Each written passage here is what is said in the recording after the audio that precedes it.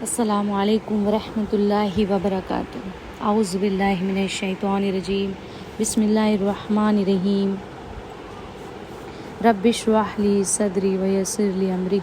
واحلل عقدۃ من لسانی یفقہوا قولی۔ تمام حمد و ستائش اس پاک پروردگار کے لیے جو رحمان بھی ہے، رحیم ہے، اعلیٰ کل شان قدیر، بے انتہا محبت کرنے والا، وہ پروردگار عالم کہ اس قدر محبت کرنے والا کہ ہم اس کے شکر گزار ہیں، کس لیے کہ اس نے ہم کو ہمارے دلوں میں ائمہ اہل بیت علیہ السلام کی محبت کو ڈالا، ہمارے دل میں مولا کائنات علی بن ابی طالب علیہ السلام کی محبت کو ڈالا، ہمارے دل میں امام حسین علیہ السلام کی محبت کو ڈالا، کہ جن کی محبت ہمارے لیے شفاعت کا باعث ہے۔ تو اس پروردگار عالم کا ہم شکر گزار ہیں، شکر ادا کرتے ہیں، لاکھوں سجدے ادا کرتے ہیں، لیکن ہم پھر بھی شکر کا حق ادا نہیں کر سکتے۔ لیکن وہ پروردگار عالم کے جس نے ایک مرتبہ پھر ہم کو توفیق عنایت فرمائی کہ ماہ محرم میں داخل کر دیا، ایک مرتبہ پھر سے اس نے ہم کو موقع دے دیا کہ ہم امام حسین علیہ السلام کے غم میں شریک ہو سکے، ایک مرتبہ پھر سے ہم کو موقع دے دیا کہ ہم امام حسین علیہ السلام کے پرسے کو ان کی ماں شہزادی جناب فاطمہ الزہرا سلام اللہ علیہا کو دے سکیں، ان کے لال کا پرسہ دے سکیں۔ تو شکر ہے پروردگار عالم کا ایک مرتبہ پھر سے ہم عزاداری کرنے کی توفیق عنایت فرمائی۔ جتنا ہم شکر ادا کریں گے کنیزان زہرا اتنا کم ہے۔ یہ ماہ محرم کیا ہے کہ جس کے لیے میرا مولا رضا علیہ السلام فرماتے ہیں، کیا فرماتے ہیں کہ جب بھی محرم کا مہینہ داخل ہوتا تھا تو کوئی بھی میرے بابا کو ہنستا ہوا نہیں پاتا تھا، اور غم و اندو میرے بابا پہ غالب آ جاتا تھا، یہاں تک کہ محرم کے 10 دن گزر جاتے تھے، بس جب عاشور کا دن آتا تو یہ دن میرے بابا کے لیے مصیبت و حزن و بکا کا دن ہوتا تھا، اور وہ کہتے تھے ہائے اس دن حسین قتل کر دیے گئے۔ دیکھیں کنیزان زہرا، تمام ائمہ اہل بیت علیہ السلام کے لیے ماہ محرم بہت زیادہ رنجیدہ، غم، پریشانی اور بہت اداس کا مہینہ ہوتا ہے۔ اس میں ہر اہل بیت علیہ السلام گریا کرتے ہیں۔ تو دین اسلام میں تمام عبادت کے ساتھ ساتھ کچھ آداب بھی ذکر ہوئے ہیں جو ان اعمال و عبادت کی فضیلت اور ثواب میں اضافے کا سبب بنتا ہے۔ وہ کون سی عبادت ہے؟ عزاداری۔ عزاداری عبادت ہے، تو اسی عبادت کے بارے میں آپ کے سامنے ذکر کر رہی ہوں کہ جو ان اعمال و عبادت کی فضیلت اور ثواب میں اضافے کا سبب بنتے ہیں۔ اس طرح ابی عبداللہ الحسین سید الشہداء اور آپ کے با وفا اصحاب پر گریزاری کرنا، ان کی یاد مناتے ہوئے ان کی عزاداری اور ماتم کرنا بھی ایک اہم ترین عبادت ہے، جس کے بھی کچھ خاص ایسے آداب ہیں جن کی رعایت کرنے سے اس عبادت کی فضیلت اور اجر و ثواب میں اضافے کا سبب بنتے ہیں۔ واقعاً ایک حقیقی عزادار حسین کی ذمہ داری بھی یہی ہونی چاہیے کہ وہ اس عزاداری کو تمام تر آداب اور احترام کا خیال رکھتے ہوئے بی بی دو عالم سید شہزادی جناب فاطمہ الزہرا سلام اللہ علیہا کی خدمت میں پرسہ دے۔ اس کے لیے محرم آہو بکال محمد صلی اللہ علیہ وآلہ وسلم کے مصائب کا مہینہ ہے۔ محرم کا مہینہ ایک ایسا مہینہ ہے کہ جس میں ہمارے وقت کے امام اجل اللہ تعالی فرج الشریف اپنے جد مظلوم کو یاد کرتے ہوئے خون کے آنسو روتے ہیں۔ کنیزان زہرا، اور یہ مہینہ محمد و آل محمد ان کے چاہنے والوں کے لیے عظیم مصیبت کا مہینہ ہے،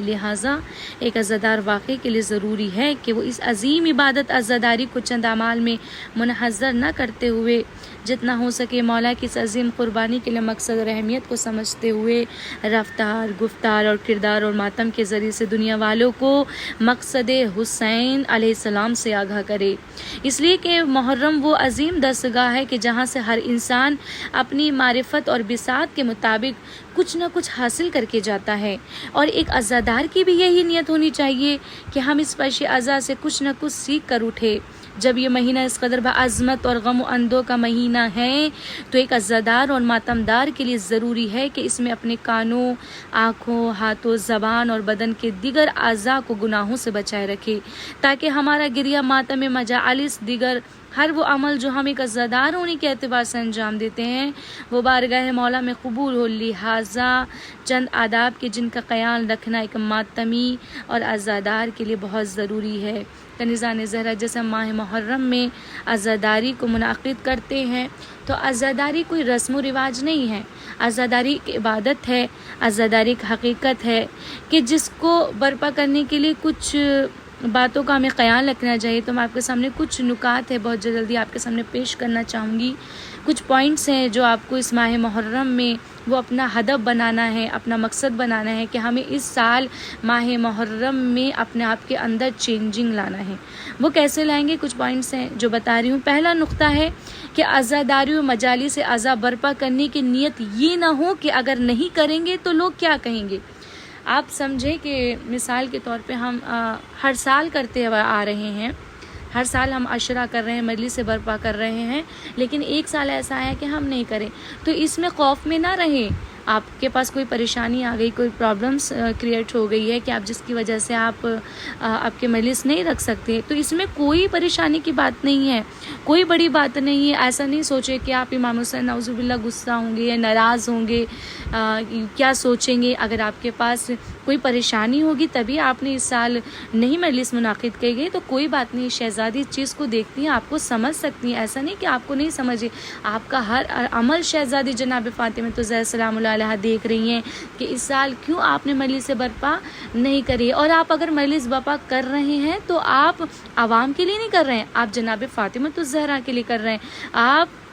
امام حسین علیہ السلام کے لیے کر رہے ہیں۔ تو پھر یہ خوف دنیا کے لیے کیوں، یہ خوف عوام کے لیے کیوں کہ دنیا کیا کہے گی آپ کے ہم نے مجلس نہیں برپا کی ہے۔ تو ان چیزوں کو چھوڑ دیں، آپ شہزادی کے لیے کام کر رہی ہے، شہزادی آپ کی مصیبت کو جانتی ہیں، آپ کی پریشانی کو جانتی ہے کہ اس سال آپ نے مجلس کو منعقد کیوں نہیں کرا ہے۔ تو اس چیز کو ہٹائیے، اس چیز کو اپنے اندر تبدیلی لائیے، کوئی مسئلہ نہیں۔ اس سال اگر آپ نے مجلس برپا نہیں کی ہے تو انشاءاللہ اگلے سال آپ مجلس کو برپا کریں گے۔ دوسرا نقطہ ہے کہ اچھا تبرک تقسیم کرنے کی نیت خالص خوشنودی پروردگار ہو، خوشنودی پروردگار ہو، اس میں دنیا دکھاوے کی آمیز نہ ہو۔ تو ہم نے بھی بہت سا ایسا دیکھا ہے کہ آپ نے بھی دیکھا ہوگا کہ ماہ محرم میں کچھ ایسی فیملیز ہوتی ہے، کچھ ایسی فیملیز ہوتی ہے کہ جو مطلب تبرک بہت اچھا بانٹتی ہے، اور کمپٹیشن ہوتا ہے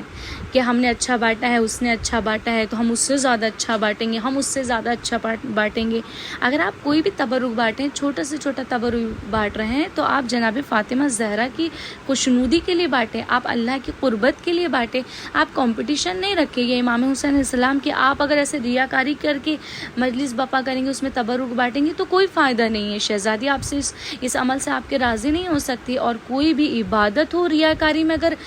کیا جا رہا ہے تو وہ عبادت قابل مقبول نہیں ہے بارگاہ خداوند عالم میں۔ تو اس چیز کا بھی آپ خیال رہیں، ماہ محرم میں اگر تبرک بانٹ رہے ہیں تو وہ خوشنودی پروردگار ہو، خوشنودی جناب فاطمہ زہرا سلام اللہ۔ آپ کوئی بھی تبرک ہو، وہ کوئی میٹر نہیں کرتا آپ کیا بانٹ رہے ہیں، بس خالص خلوص نیت سے آپ بانٹیں، نہ کہ اس میں ریاکاری ہو۔ تیسرا ہے کہ مجالس میں شرکت کرنے والی خواتین بے پردگی کا مظاہرہ کر کے مجلس عزا کا مذاق نہ اڑائیں۔ اب یہ دیکھتی ہیں کہ بہت سے ایسے خواتین ہوتی ہیں کہ جو مجلس کے اندر آتی ہیں بے پردہ، اور اگر وہ پردہ بھی کرتی ہیں تو ان کا کسی بھی اینگل سے نہیں لگتا، کسی طریقے سے بھی نہیں لگتا کہ وہ پردہ کر کے آئی ہیں۔ تو بہت زیادہ ضروری ہے کہ خاص طور پہ آپ اپنے پردے کا خیال رکھیں، کیونکہ یہ ہم کس چیز پہ روتے ہیں، ہم جب مصائب آتے ہیں تو ہم یہ روتے ہیں نا کہ جناب زینب سلام اللہ علیہ کی ردا کو کھینچا گیا، ان کی ردا کو اتارا گیا، انہیں بے پردہ بازاروں میں پھرایا گیا، اور پھر ہم دوسری طرف دیکھتے ہیں، کیا دیکھتے ہیں ہم دوسری طرف کہ ہم اسی چیز پہ رو رہے ہیں۔ ہم دیکھ رہے ہیں کہ ہم خود بھی ایک دم پراپر حجاب نہیں کر پا رہے ہیں، تو پھر ہمارا مقصد آنے کا مجلس میں کیا ہوا، ہمارا ہدف کیا ہے، ہم کس لیے رو رہے ہیں۔ جو چیز ہم اپنے عمل میں نہیں کر رہے ہیں، اس فرش عزا پہ آنے کا نام ہی تبدیلی ہے، چینجنگ ہے۔ آپ اپنے کردار کو سنواریں، اپنے اخلاق کو سنواریں، اپنے اندر سنواریں کہ اپنے حجاب پراپر حجاب میں آئیں، تاکہ تمام خواتین یا کوئی بھی نامحرم آپ کو دیکھے تو واقعاً اس کو لگے کہ آپ مجلس امام حسین علیہ السلام میں جا رہی ہیں، آپ کی بے حرمتی نہ ہو، آپ کو دیکھ کے کوئی یہ نہیں کہے کہ دیکھو ان کی مجلسوں میں جا رہی ہے کہ جو خود پردے کے اوپر رو رہی ہے لیکن خود کا پردہ پراپر نہیں ہے۔ کنیزان زہرا چوتھا نقطہ ہے مجالس عزا کے مضامین لا یعنی فلسفیانہ بحثوں پر مشتمل نہ ہو، بلکہ مقصد امام حسین اور امر بالمعروف نہی عن المنکر کو واضح کرنے والے ہو۔ یعنی جب ہم دیکھتے ہیں یا کوئی بھی ذاکرہ اس ممبر پر بیٹھتی ہے اور وہ کیا بیان کرتی ہے، ہمیں سب سے پہلے دیکھنا چاہیے۔ اور اگر ہم کسی ذاکرہ کو بلا رہے ہیں، کسی مولوی کو بلا رہے ہیں، تو ان کو بولیں کہ کوئی ایسی بحث تکرار نہ کریں، کوئی ایسا موضوع نہ چھیڑے کہ جسے عوام کو بھی برا لگے، کیونکہ جو حق ہے ممبر کا وہ بیان کیا جائے۔ اور ممبر کا حق کیا ہے؟ مقصد امام حسین امر بالمعروف کریں، یعنی نیکی کی دعوت دیں، برائی کو روکیں، کہ جس طریقے سے امام حسین علیہ السلام جب مدینے سے چلے تھے تو مدینے والوں نے کہا تھا کہ مولا آپ کہاں جا رہے؟ تو مولا خصوصاً کہہ کر چلے تھے کہ دیکھو میں لڑائی جھگڑے کے لیے نہیں جا رہا ہوں، میں شو آف کرنے کے لیے نہیں جا رہا ہوں، میں اپنی ذات کے لیے نہیں جا رہا ہوں، بلکہ میں اپنی نانا کی امت کی اصلاح کے لیے جا رہا ہوں، میں برائیوں کو روکنے کے لیے جا رہا ہوں، میں اچھائیوں کی دعوت دینے کے لیے جا رہا ہوں۔ تو ہمیں بھی اہل ممبر کو یہ ہونا چاہیے کہ جب ہم اس پر بیٹھے تھوڑی تبلیغی مجلس ہو، یعنی عوام آئیں تو تھوڑا کچھ تو پیغام ان کے دامن میں ہم ڈالیں، تاکہ وہ علم کی موتی اس فرش اعضا سے لے کر جائیں، اہل ممبر سے لے کر جائیں۔ تو اس چیز کا ہمیں بھی خیال ہونا چاہیے کہ امام حسین علیہ السلام کا مقصد کیا، تو اسی مقصد کو، امام حسین علیہ السلام کے پیغام کو اہل ممبر پر ہمیں نشر کرنا ہے۔ پھر 5واں نکات مجالس اعضا عین اول وقت نماز کے وقت نہ شروع کی جائے، اتنی دیر انتظار کر لیا جائے کہ لوگ نماز ادا کر لیں تاکہ نماز کی اہمیت کم نہ ہو۔ دیکھیے بہت زیادہ یہ چیز بہت امپورٹنٹ چیز ہے، بہت زیادہ خاص ہے، اور اس چیز پہ بہت زیادہ توجہ دینی چاہیے۔ اس سال ہم کو اس چیز پہ آگے بڑھنا چاہیے، اور ہمیں تمام مجلس جو منعقد کرتی ہیں، اہل مجلس ہیں، تو ان کو اس چیز پہ بہت زیادہ زور دینا چاہیے، ان کو بتائیں آپ لوگ کہ اول وقت نماز پہ، یعنی آپ جب نماز کا ٹائم ہوتا ہے اس وقت آپ فرش اعضا نہ بچھائیں، جو پہلا کام ہے آپ نماز کو ادا کریں، پھر آپ امام حسین علیہ السلام کی مجلس کو شروع کر دیں۔ بہت زیادہ ضروری ہے کہ جب مولا کائنات، کیوں ضروری ہے؟ دیکھیں جب مولا کائنات جنگ صفین میں جنگ کر رہے تھے تو مولا نماز ظہر کے لیے بار بار آسمان کی طرف دیکھ رہے تھے۔ مولا کے صحابی نے معلوم کیا کہ مولا آپ کیوں بار بار آسمان میں کیا دیکھتے ہیں، اور ایسی جنگ ہو رہی ہے، اس کے دوران آپ اوپر آسمان میں بار بار دیکھ رہے کہ اس وقت اذان کا کوئی وہ نہیں تھا کہ کوئی اذان دے رہا تھا۔ مولا نے کہا کہ میں نماز کا وقت دیکھ رہا ہوں کہ کب نماز کا وقت ہو اور میں نماز کو ادا کروں۔ تو مولا کے صحابی نے کہا مولا اتنی تیز جنگ ہو رہی ہے، یہاں پہ سب خون خرابہ ہو رہا ہے، تلواریں چل رہی ہیں، اور آپ کو اس وقت نماز کی لگ رہی ہے۔ مولا نے کہا اچھا یہ بتائیں کہ ہم یہ جنگ کر کس لیے رہے ہیں؟ ہم جنگ اس لیے کر رہے ہیں نا، نماز کو بچانے کے لیے، توحید کو بچانے کے لیے، اور بتانے کے لیے کہ نماز کی کیا اہمیت ہے۔ تو بس یہی وجہ، بس یہی چیز میں اس کو جوڑوں گی کہ جب امام حسین علیہ السلام کے آپ مجلس میں آئیں تو مقصد امام حسین یہی ہے کہ آپ اول وقت امام حسین علیہ السلام کو دیکھیں۔ میرے قربان جان امام کے جان پر، کیا امام حسین علیہ السلام نے جب تیر لگ رہے ہیں، تلواریں ہیں، جنگ شروع ہے، جنگ چل رہی ہے، لیکن امام حسین علیہ السلام نے سجدہ چھوڑا نہیں چھوڑا، نماز چھوڑی نہیں چھوڑی، تو پھر ہم کیسے کہ سب سے پہلے ہم ترجیح دیں کہ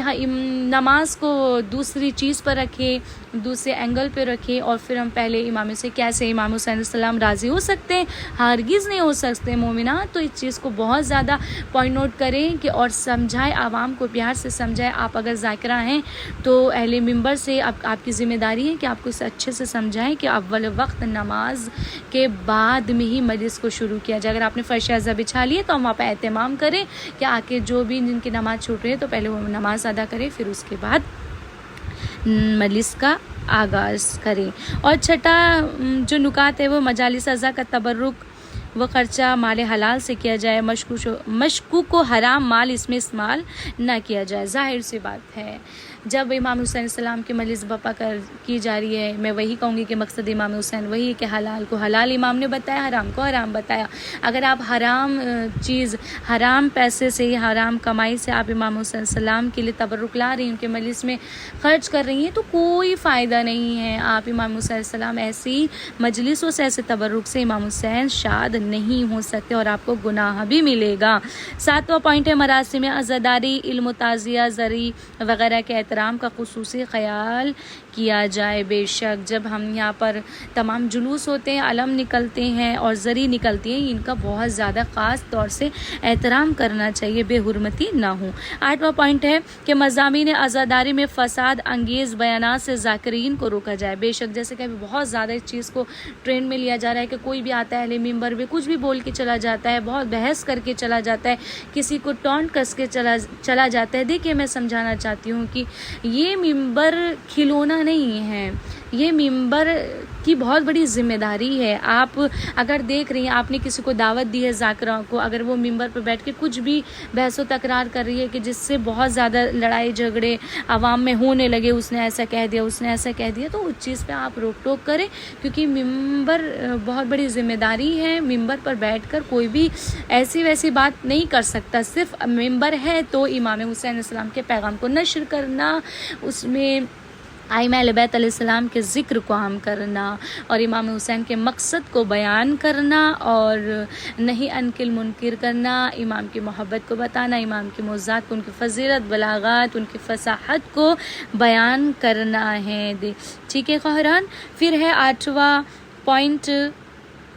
9واں پوائنٹ ہے، 9واں نکات ہے کہ مجالس اعضاء کا تبرک مومن سے تیار کروایا جائے اور انہیں صفائی ستھرائی کے ساتھ باوضو ہو کر تبرک بنانے کی حد الامکان تلقین کی جائے۔ دیکھیے بہت زیادہ ایسا ہوتا ہے کہ ہمیں تھوڑا پیسہ آ جاتا ہے تو ہمارے اندر غرور آنا، تکبر آ جاتا ہے، تو ہم کیا کرتے ہیں، ایک طرف بیٹھ جاتے ہیں کہ ہم نہیں کریں گے، ہم نے نوکر لگا دیے، اب ہم تبرک کو بھی ہاتھ نہیں لگائیں گے، فرش اعضاء کو بھی۔ دیکھیے بہت بڑی خوش قسمتی ہے کہ آپ امام حسین علیہ السلام کے کام آ رہی ہیں، آپ ان کی مجلس اعضاء میں آ کر ان کے کاموں میں ہاتھ بٹواری۔ آپ کو نہیں معلوم کہ آپ ان کاموں کا کیا ثواب ہے، کیا عظمت ہے، کیا فضیلت ہے، یہاں پر آپ کو معلوم ہو یا نہیں ہو، لیکن روز آخرت اور روز محشر میں اس چیز کا آپ کو معلوم ہوگا، تو آپ وہاں پر افسوس کریں گے کہ کاش ہم اور امام حسین علیہ السلام کے مجلسوں میں اور کام کر دیے ہوتے، اور ہم لوگوں کے یعنی مجلس میں آنے والے عوام کی، مجلس میں آنے والے عزاداروں کی خدمت کر